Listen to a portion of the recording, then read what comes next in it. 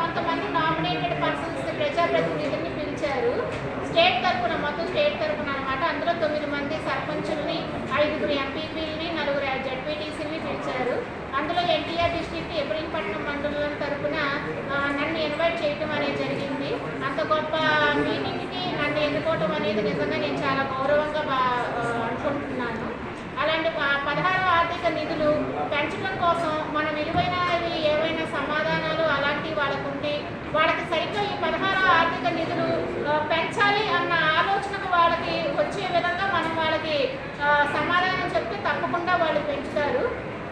నన్ను అడిగారు మీరేం చెప్తారు అని.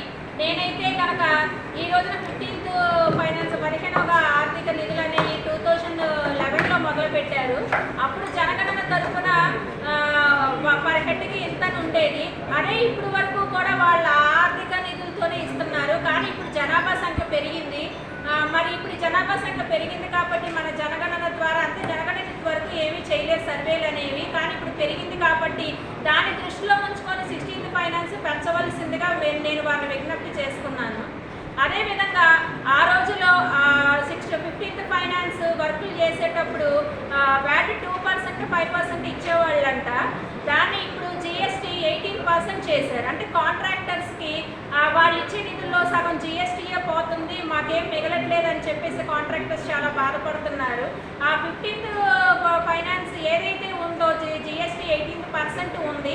ఆ 18%తోని ఇప్పుడు 16th ఫైనాన్స్ ఫండ్స్ పెంచాలి అని చెప్పేసి కాంట్రాక్టర్లో కూడా వాళ్ళకి కొంత ఆదాయం ఉంటేనే మిగిలితేనే కదా వాళ్ళు వర్కులు చేసేది అని చెప్పేసి రెండో పాయింట్ నేను అది మాట్లాడాలని చెప్పి అనుకుంటున్నాను. ఇంకా మూడో పాయింట్ వచ్చేసి ఏదైతే కేంద్రం నుంచి నిధులు వస్తున్నాయో అది మన స్టేట్ గవర్నమెంట్కి వస్తుంది. తద్వారా మండలం వాళ్ళకి కానీ పంచాయతీలకు కానీ వస్తుంది. ఆ స్టేట్ గవర్నమెంట్కి వచ్చినప్పుడు దాన్ని వాళ్ళు ఏమీ ఉపయోగించుకోకుండా నేరుగా పంచాయతీలకి ఎంత ఇవ్వాలి, మండల వాళ్ళకి ఎంత ఇవ్వాలి